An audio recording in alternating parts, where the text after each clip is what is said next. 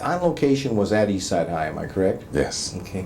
Were the students cooperative as you were making this film? I can't tell you how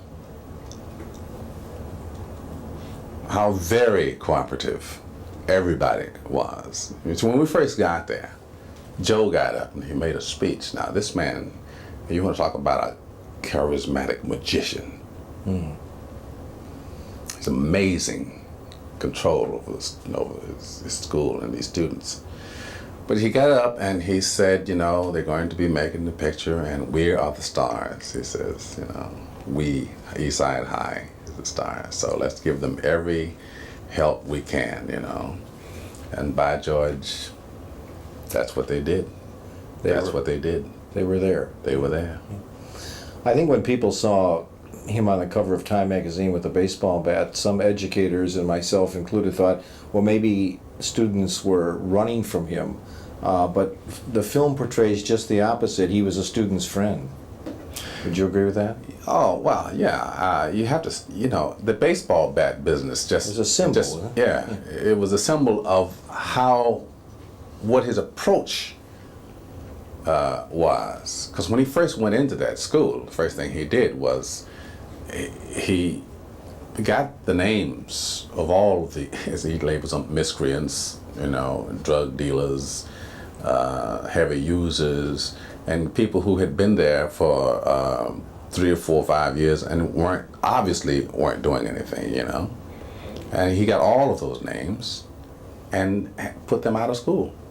So you are no longer here. Was that accurate? Did he put them up on the stage like that and said, "You people you've graduated, you're dismissed"? Yes, he did. He did that. He did it just like that because he's also psychologically he's very smart, And this was for the sake of those who were going to remain, Did you agree with his methods?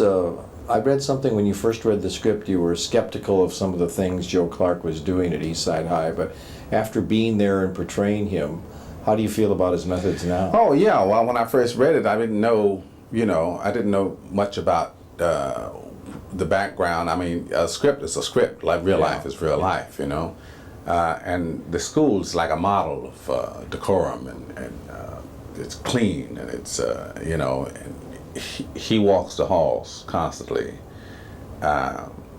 You see him picking up little scraps of paper, and, He must have tremendous energy. Tremendous. He tremendous energy, and he's a very dynamic man, and he almost thrusts this at his students, this, and they know. Yeah. They know what he's about and why he's about, and so they cling to him. I felt he had as much antagonism from administration and faculty as he did from the students. He had no antagonism from students. Once he made his move in that school, that drastic move that he made, and he turned and looked at the rest of them and said, "Toe the line or get your hat." That's tough love. They recognize that. Yeah. Kids will tell you if they could find the words, "Help me. I don't know the road." As a teacher myself, Morgan, I find that they do want discipline. Absolutely. They're craving for discipline. They're angry at you if you don't. Yeah.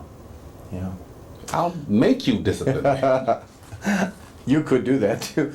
I love the first scene when you met the faculty and you had the football coaches there and you said, Mr. I forget his name, you're now the head coach and the head coach is now the assistant coach and you're tired of your team getting pushed around the field. And I think what he was trying to do is develop pride in that high school. And then the angle on sports never picked up again, but I did read something that he did turn the sports programs around too. The teams started to play better. Yes, he did. We had to scale it back a little, a lot. Yeah. And that was going to be a big major factor there, story-wise and cost-wise. And when it got down to it, they just couldn't afford it, Yeah, I mean, you can only do so much. You can only do so much right now.